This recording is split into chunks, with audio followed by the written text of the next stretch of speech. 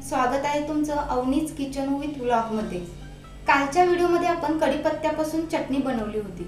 आजच्या व्हिडिओमध्ये आपण कढीपत्त्यापासून हेअर ऑइल बनवणार आहोत। जसं हेअर ऑइल डॅन्ड्रफसाठी खूप उपयुक्त आहे।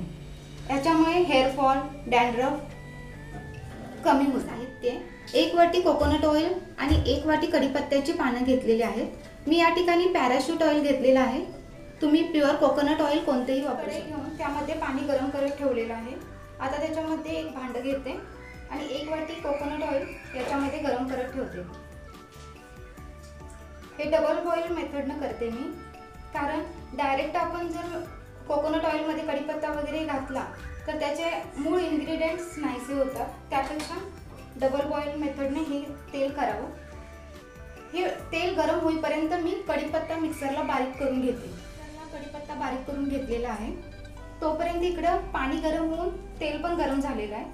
आता याच्यामध्ये आपण मिक्स करूया। याच्यामध्ये काही दुसरे इन्ग्रेडियंट्स ऍड करायचे नाही आहेत। प्युअर आपल्याला कढीपत्त्याचं तेल बनवायचं आहे। आता याच्यामध्ये 5 ते 7 मिनिट हे तेल राहू द्या।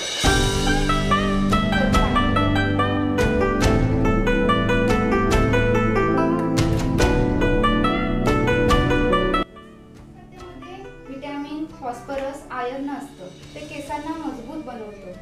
त्याशिवाय केसामधील कोंडा घालवण्यासाठी मदत होते। म्हणून कढीपत्त्याचा जसा आपण इंटरनल यूज करणार तसा एक्सटर्नल यूज देखील केला जातो। कमीत कमी 7 ते 8 मिनिटं असं डबल बॉयलर मेथडवर करून घ्यायचं आहे। आता हे आपलं तेल तयार आहे, हे आपण गाळून घेऊया।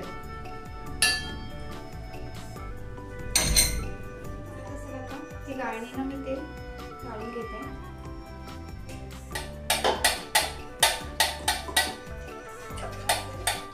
अशा पद्धतीने हे तेल गाळून घ्यायचं आहे। आपण याच्यामध्ये काही दुसरे इन्ग्रेडियंट्स ऍड करणार नाही आहोत।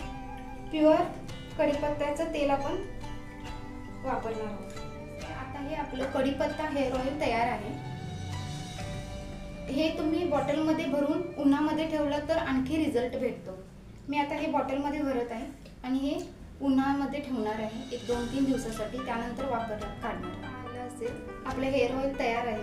हे मी आता उन्हामध्ये ठेवणार आहे 2 दिवसासाठी आणि त्यानंतर यूज करणार आहे आपलं प्युअर कढीपत्ता ऑइल। जर माझा व्हिडिओ तुम्हाला आवडला असेल तर लाईक, शेअर आणि सबस्क्राईब करा। थँक्यू।